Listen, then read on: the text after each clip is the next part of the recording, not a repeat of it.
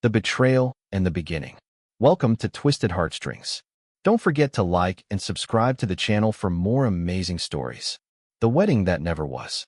The morning of my wedding day, I woke up to the smell of roses and betrayal. I just didn't know about the betrayal part yet. My name is Arya Moonstone, and today was supposed to be the happiest day of my life. I was marrying Alpha Marcus Sterling, the strongest wolf in the Crimson Peak pack. We had grown up together, trained together, and when the mate bond snapped into place on my 18th birthday, I thought the moon goddess herself had blessed me. I should have known better. Happiness in my world always came with a price. I stood in front of the mirror in my childhood bedroom, wearing the white dress my mother had worn before me. It was simple but beautiful, with lace sleeves and a flowing skirt. My dark hair was pinned up with silver clips, and my green eyes sparkled with excitement. My younger sister, Celeste, stood behind me, adjusting my veil. She smiled at me in the mirror, but something about that smile made my wolf uneasy. I ignored the feeling. Celeste had always been dramatic and moody. Today was my day, and I refused to let anything ruin it. "You look beautiful, sister," Celeste said, her voice honey-sweet. "Marcus is a lucky man." "Thank you," I replied, squeezing her hand. "I'm so nervous." "Don't be," she whispered, leaning close to my ear. "Everything is about to change." I thought she meant the wedding. I had no idea how right she was. The ceremony of shattered dreams. The entire pack gathered in the great hall for the ceremony. Hundreds of wolves from neighboring territories had come to witness the union of their alpha with his chosen mate. The room was decorated with white flowers and golden candles. Everything was perfect. I walked down the aisle alone. My parents had died 3 years ago in a rogue attack, so there was no one to give me away. But I held my head high. I was about to become Luna, the alpha's wife, the second most powerful wolf in the pack. Marcus stood at the altar, looking magnificent in his black suit. His blonde hair was perfectly styled, his blue eyes fixed on me as I approached. But as I got closer, I noticed something strange. He wasn't smiling. His jaw was tight, and his hands were clenched into fists. My wolf whimpered inside me. Something was wrong. I reached the altar and took his hand. It was cold, lifeless. The elder, an ancient wolf named Tobias, began the ceremony. "We are gathered here today to witness the sacred union between Alpha Marcus Sterling and Arya Moonstone. The moon goddess has blessed them with the mate bond, the strongest connection two wolves can share." That's when Marcus dropped my hand. "I need to say something," Marcus announced, his voice echoing through the silent hall. My heart stopped. "Marcus? What's wrong?" He turned to face the crowd, his expression hard as stone. "I have made a terrible mistake. The moon goddess did give me a mate bond with Arya, but bonds can be broken, and I choose to break ours." Gasps filled the hall. I stood frozen, unable to process his words. "Marcus, what are you saying?" I whispered, my voice breaking. He finally looked at me, and in his eyes, I saw nothing but coldness. "I'm saying that you are not strong enough to be my Luna. You're weak, Arya. You've always been weak. Your wolf is small, your powers are average, and you have no family connections to strengthen our pack." Each word was a knife to my heart. The mate bond began to crack, sending sharp pains through my chest. "But I love you," I said, tears streaming down my face. "We're fated mates. You can't just." "I can and I will." He raised his voice so everyone could hear. "I, Alpha Marcus Sterling, reject you, Arya Moonstone, as my mate and my Luna." The bond shattered like glass. I screamed, falling to my knees as agony ripped through my body. It felt like my soul was being torn in half. Some wolves died from rejection. I wished I was one of them.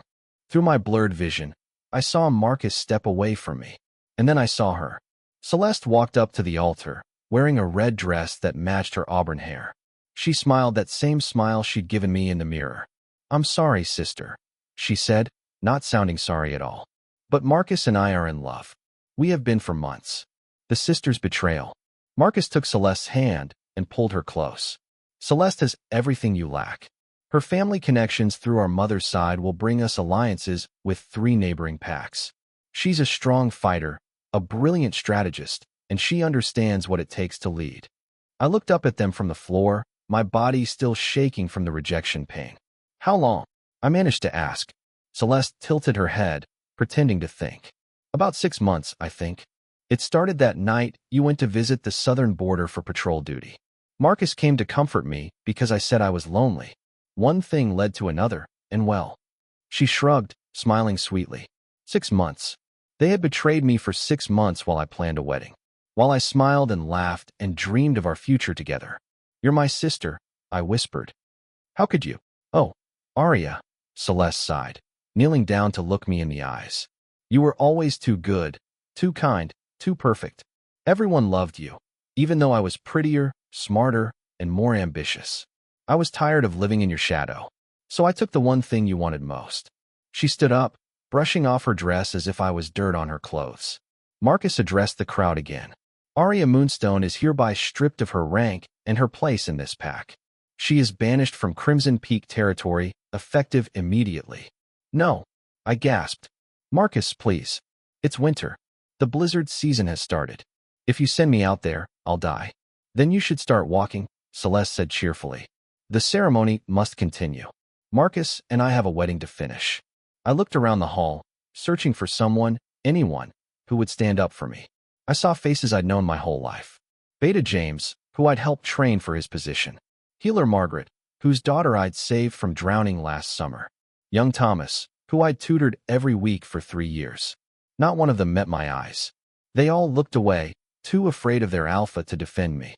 I realized then that I was truly alone. Into the frozen wasteland. 2 guards grabbed my arms and dragged me out of the great hall. They didn't even let me change out of my wedding dress. They took me straight to the northern border and threw me over the boundary line into the snow. The Alpha said you have until sunset to get as far away as possible, one guard said. If we catch your scent in our territory after that, we have orders to kill you on sight. They left me there, alone in the snow, wearing nothing but a thin wedding dress and slippers. The cold hit me immediately. It was the middle of winter, and the temperature was far below freezing. Snow fell heavily, already covering my footprints. The wind cut through my dress like knives made of ice. I forced myself to stand. My wolf was still curled up inside me, wounded and whimpering from the rejection. But I couldn't give up. Not yet. We survived the rejection, I told my wolf. We can survive this too. I started walking north, into the Forbidden Lands. These were territories no pack claimed because they were said to be cursed. Strange things happened in these woods. Wolves went missing. Those who returned were never the same. But cursed lands sounded better than being hunted down by my ex-mate's guards. I walked for hours. My feet went numb first, then my hands, then my face. I couldn't feel my fingers anymore. My dress was soaked through with snow, freezing against my skin. Every breath hurt my lungs. Just as my legs were about to give out, I saw something through the trees. A building, large and dark, barely visible through the falling snow. I stumbled toward it, using the last of my strength. As I got closer, I realized it was a manor house, but it looked abandoned. The windows were dark, the gardens overgrown with dead plants, and the iron gates hung crooked on their hinges. I pushed through the gates and walked up the long driveway. The front door was unlocked. I shoved it open and fell inside, collapsing on the dusty floor. The door slammed shut behind me, blocking out the wind. It was still cold inside, but at least I was out of the snow.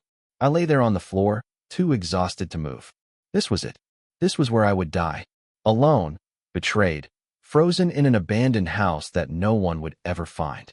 I'm sorry, Mother, I whispered to the darkness. I'm sorry, Father. I tried to be strong. But then, something inside me stirred. Not my wolf, something deeper.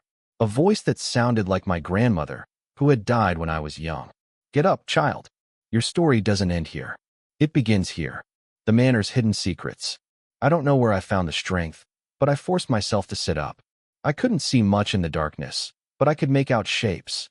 Furniture covered with white sheets. A grand staircase leading to the upper floors. Portraits on the walls, their faces hidden in shadow. I needed fire.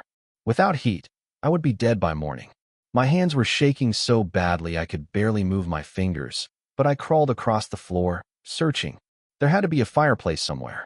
Every manor house had one. I found it in what looked like a library. A massive stone fireplace dominated one wall, and miracle of miracles, there was still wood stacked beside it.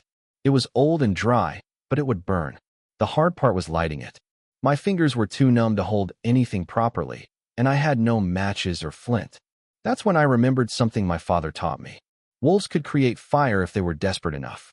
It required focusing all your energy into your hands and creating a spark.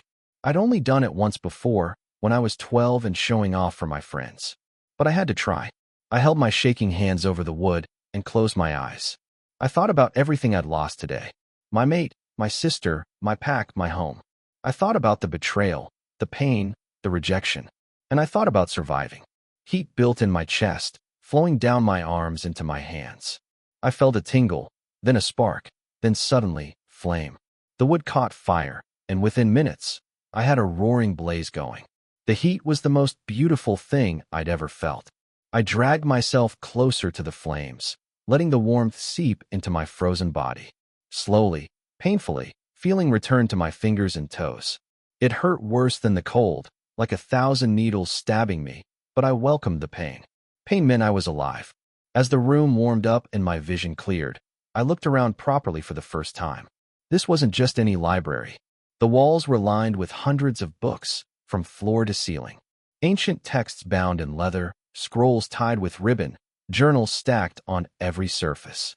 And there, above the fireplace, was a portrait. A woman stared down at me, painted in oils that had faded with time. She had dark hair like mine, green eyes like mine, and she wore robes covered in strange symbols. Beneath the portrait was a golden plaque with a name engraved on it. Luna Iris Moonstone. Healer, scholar, guardian of the forgotten arts. Moonstone, my family name. With trembling hands, I stood up and looked closer at the portrait.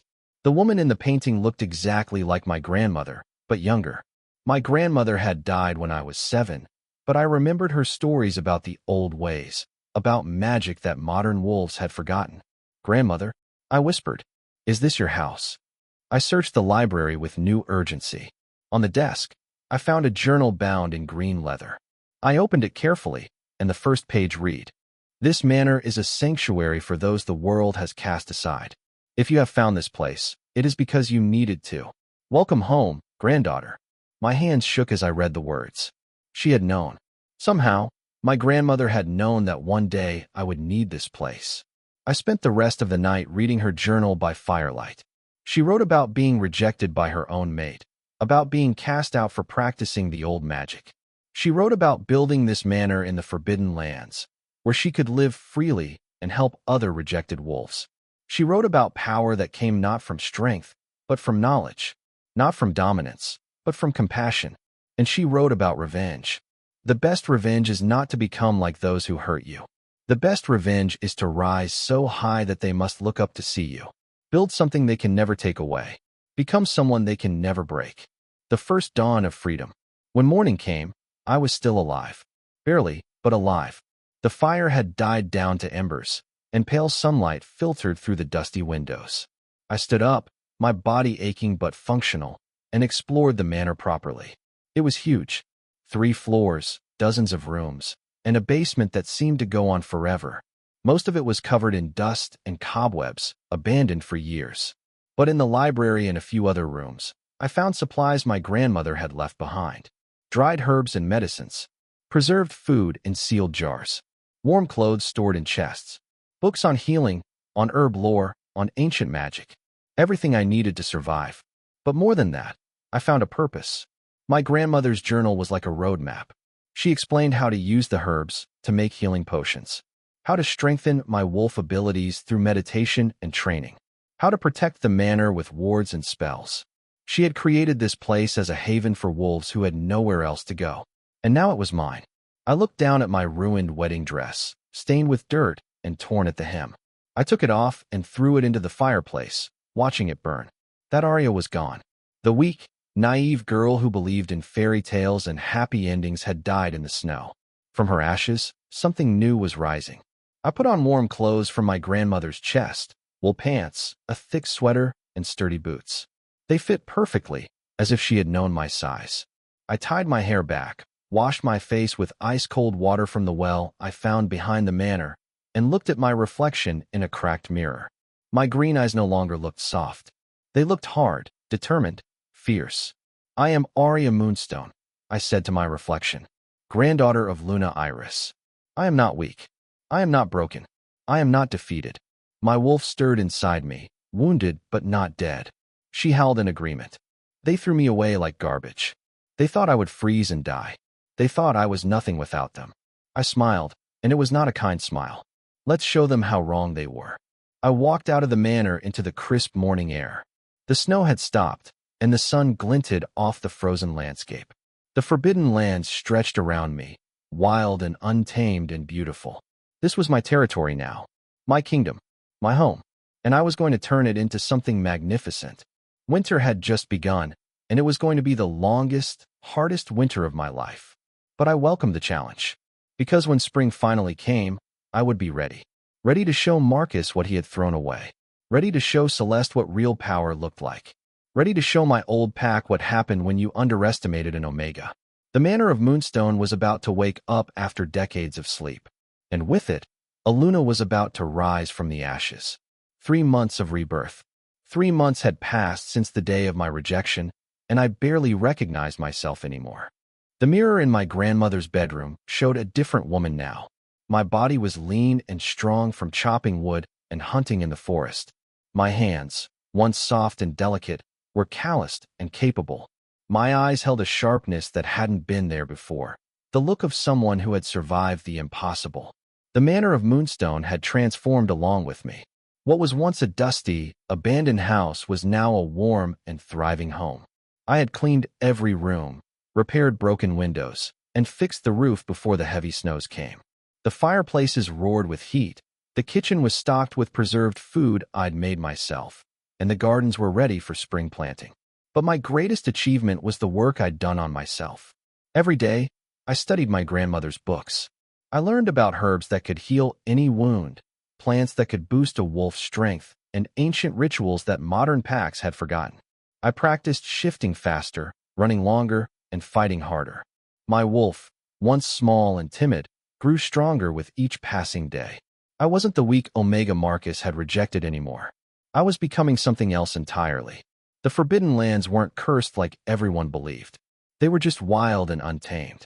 The forest was full of deer and rabbits for hunting. The nearby stream never froze completely, giving me fresh water. And the solitude gave me space to grow without judgment or limitation. I had everything I needed. I was finally at peace. And then, on a freezing February morning, peace ended. Blood in the snow. I was outside chopping firewood when I heard it, a sound that made my wolf instantly alert. A low, pained growl coming from the direction of the forest. I grabbed my axe and approached carefully. My grandmother's journal had warned me about rogues who sometimes wandered through these lands. Wolves who had been cast out or had gone mad from isolation. They were dangerous and unpredictable. But when I reached the edge of the tree line, I found something I didn't expect.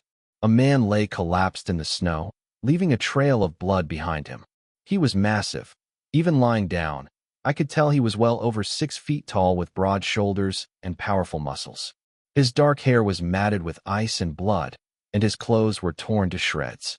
Most shocking of all were the wounds covering his body. Claw marks, deep and vicious, ran across his back and chest. These weren't from an animal attack. These were from another wolf. He'd been in a pack fight, and he'd lost badly. My first instinct was to run back inside and lock the doors.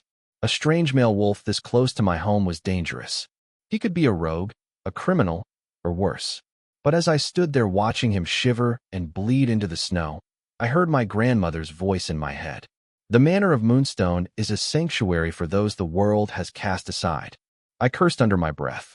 This is a terrible idea, I muttered to myself. But I dropped the axe and knelt beside him anyway.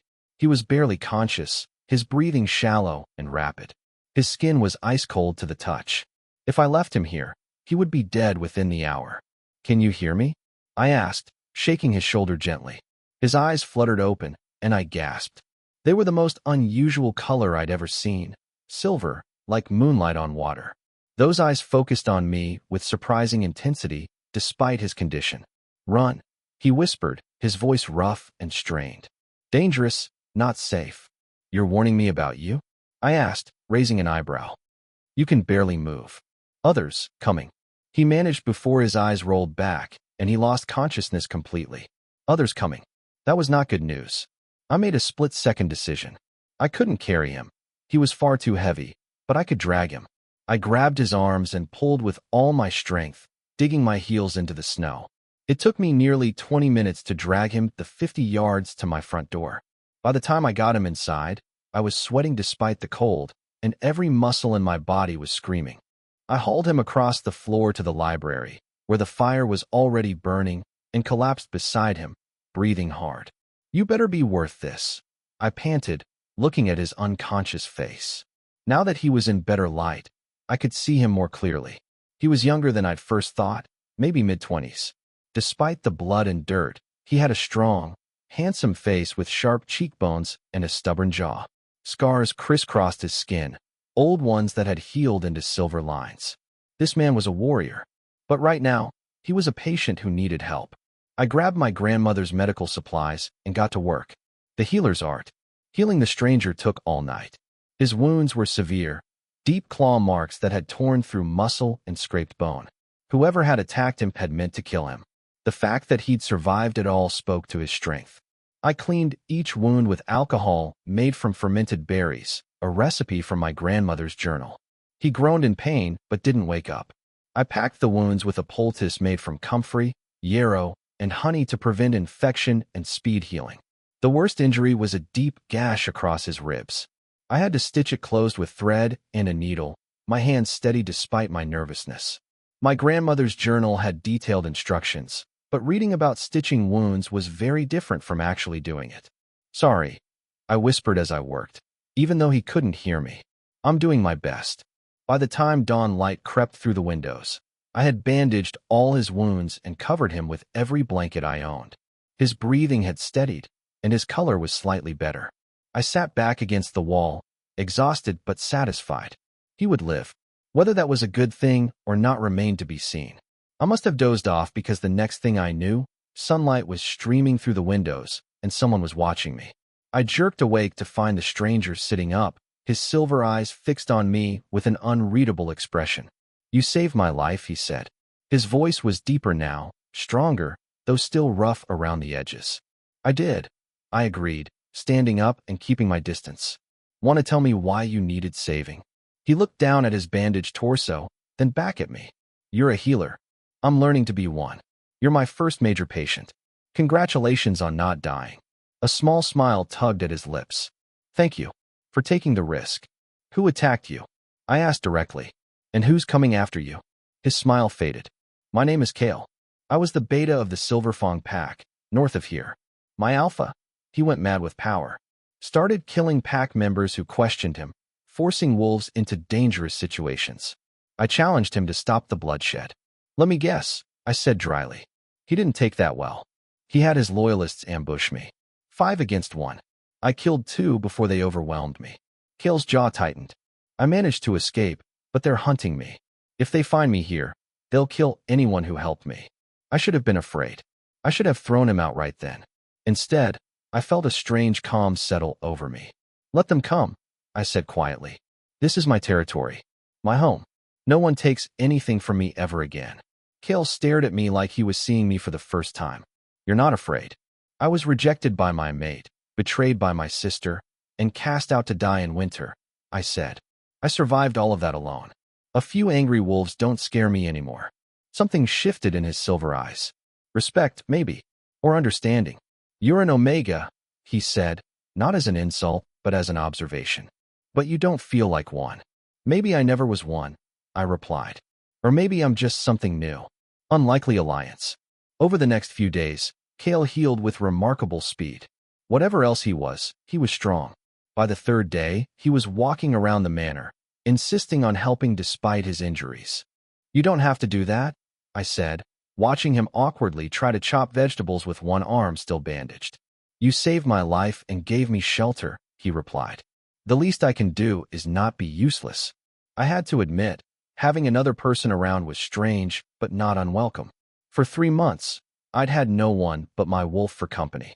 Kale filled the manor with a presence that made it feel less empty. He was a good guest, quiet, respectful, and surprisingly helpful once he healed enough to move properly. He chopped wood without being asked, fixed a broken shutter I'd been meaning to repair, and even taught me some fighting techniques in the evenings. Your form is good, he said one night as we sparred in the library, the furniture pushed aside. But you telegraph your moves. An opponent can see your punch coming a mile away. Show me how to fix it, I demanded. He did, patiently adjusting my stance and demonstrating the proper technique. Unlike Marcus, who had always dismissed my training as pointless, Cale treated me like a real student. You're a natural fighter, he said after I successfully landed a hit on him. Who trained you? Myself, mostly, I admitted. My old pack didn't believe Omegas needed combat training. Cale's expression darkened. Your old pack was foolish. Every wolf should know how to defend themselves. We sat by the fire afterward, both breathing hard from the exercise. The silence between us was comfortable, companionable. Can I ask you something? Cale said finally. Depends on the question. Why did your pack cast you out? I stared into the flames, debating how much to tell him. But something about Cale made me want to be honest. My mate rejected me for my sister on our wedding day, I said quietly. He said I was too weak to be his Luna. He chose her because she had connections and power. Then he banished me to the Forbidden Lands in the middle of winter. Cale was silent for a long moment. When I looked at him, his silver eyes were burning with barely contained rage. What was his name? He asked, his voice deadly quiet. Why? Because one day, I'm going to make him regret every moment of his pathetic existence. I laughed, surprised by his vehemence. You don't even know me. I know enough, Cale said firmly. I know you're strong enough to survive alone in winter. I know you're skilled enough to heal mortal wounds. I know you're brave enough to save a stranger who could have killed you. That's more than enough. Something warm bloomed in my chest at his words. Not the mate bond that had died with Marcus. This was something else. Respect. Recognition. Maybe even friendship. Your alpha sounds like a piece of work too, I said, changing the subject. Cale's jaw tightened. Alpha Rourke used to be a good leader, but power corrupted him. He started making deals with rogues, using pack members as pawns in his schemes. When I spoke up, he accused me of treason. Sounds familiar, I muttered. We looked at each other, two wolves cast aside by the people who should have protected them. We're quite a pair, aren't we? Cale said with a wry smile. The rejected Omega and the betrayed Beta. The world doesn't know what to do with wolves like us, I agreed. So it throws us away. Maybe that's a good thing, Cale said thoughtfully. Out here, we're free to become whatever we want. His words echoed in my mind long after we'd said goodnight and gone to our separate rooms. Free to become whatever we want. I like the sound of that. Shadows at the door. 2 weeks after Cale arrived, we had our first visitors. I was in the kitchen preserving vegetables when my wolf suddenly growled a warning. Cale, who was reading in the library, appeared in the doorway instantly alert. How many? He asked. 3, maybe 4. I replied, trusting my instincts. Coming from the south. We moved to the windows and watched. 4 wolves emerged from the tree line, their fur bristling with aggression. They weren't in their human forms, which meant they were in hunting mode. Silverfang wolves, Cale confirmed, his voice grim. Rourke sent them to finish the job. Can you fight? I asked. Not at full strength. My ribs are still healing. I grabbed my grandmother's staff from beside the door, a carved wooden rod that thrummed with old magic. Then stay inside and guard the manor. I'll handle this. Arya, there are 4 of them. And this is my territory, I said firmly. Time to defend it. I walked out the front door before Cale could argue further. The 4 wolves stopped their advance, surprised to see me. I recognized this tactic. They expected to find Cale alone and vulnerable. They didn't expect a guardian. This is private property, I called out, my voice carrying across the snow. Turn around and leave, or face the consequences. The largest wolf, a brown male with scarred ears, shifted into his human form. He was tall and muscular, with cruel eyes and a nasty smile. We don't take orders from Omegas, he sneered. Hand over the traitor, Cale, and we'll leave you alive. Cale is under my protection, I replied calmly. He stays. The man laughed, and his companions shifted into human form to join him. You think you can stop us? You're just 1 weak Omega against 4 warriors. I smiled, and it wasn't a kind smile. You're not in your pack territory anymore. You're in mine. And here, I make the rules. I raised my grandmother's staff and slammed it into the ground. The earth itself seemed to respond. The ancient wards my grandmother had placed around the manor surged to life, glowing with blue light that encircled the property. The four wolves yelped and stumbled back, feeling the power radiating from the barrier. "This land is protected by magic older than your pack," I said, my voice resonating with authority I didn't know I possessed. "You cannot enter without permission, and you will never have mine." The scarred leader snarled. "This isn't over, Omega. We'll be back with more wolves. And when you return, I'll be ready," I interrupted. "But let me make something clear. Tell your alpha that Kale is mine now. Tell him that anyone who threatens my home will answer to me. Tell him that the Forbidden Lands have a new guardian, and she doesn't forgive trespassers." The wolves shifted nervously, clearly unsettled by the power thrumming around me. "Now leave," I commanded, "and don't come back." They retreated into the forest, casting wary glances over their shoulders. I waited until they were completely out of sight before I lowered the staff and let out a shaky breath. My hands were trembling with the effort of channeling that much power. Kale emerged from the manor, staring at me with undisguised awe. "What was that?" "My grandmother's magic," I said, leaning on the staff for support. "I've been studying her journals. She left wards around this property, but they needed someone to activate them. Someone of her bloodline. You just faced down 4 warriors without breaking a sweat." I was terrified, I admitted. But I meant what I said. This is my home. No one takes anything from me ever again.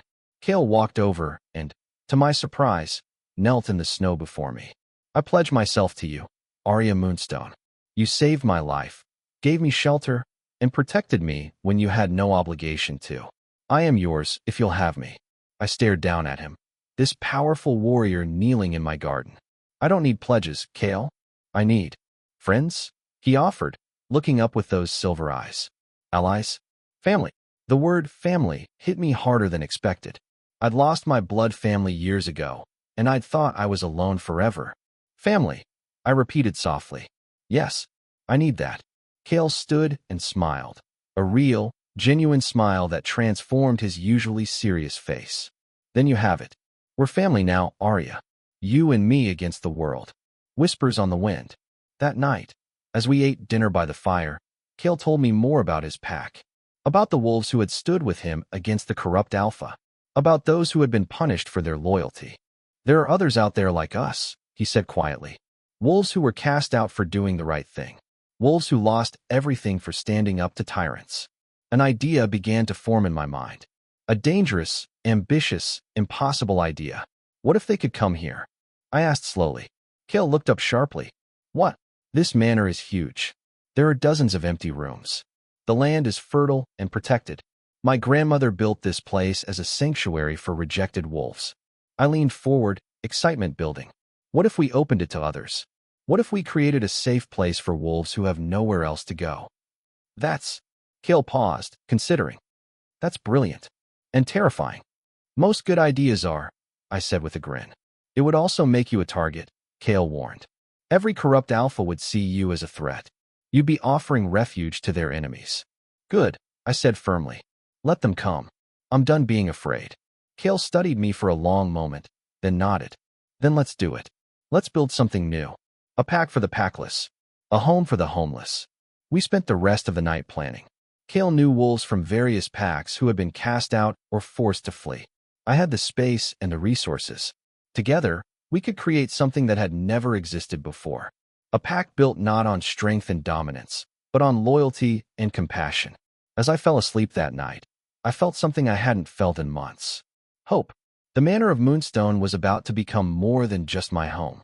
It was about to become a revolution. The sanctuary grows. Spring arrived like a miracle. The snow melted, revealing green grass and wildflowers. The Forbidden Lands, once frozen and deadly, bloomed into a paradise of natural beauty. And with spring came the wolves. They arrived one by one at first. A young Omega who had been abused by her pack.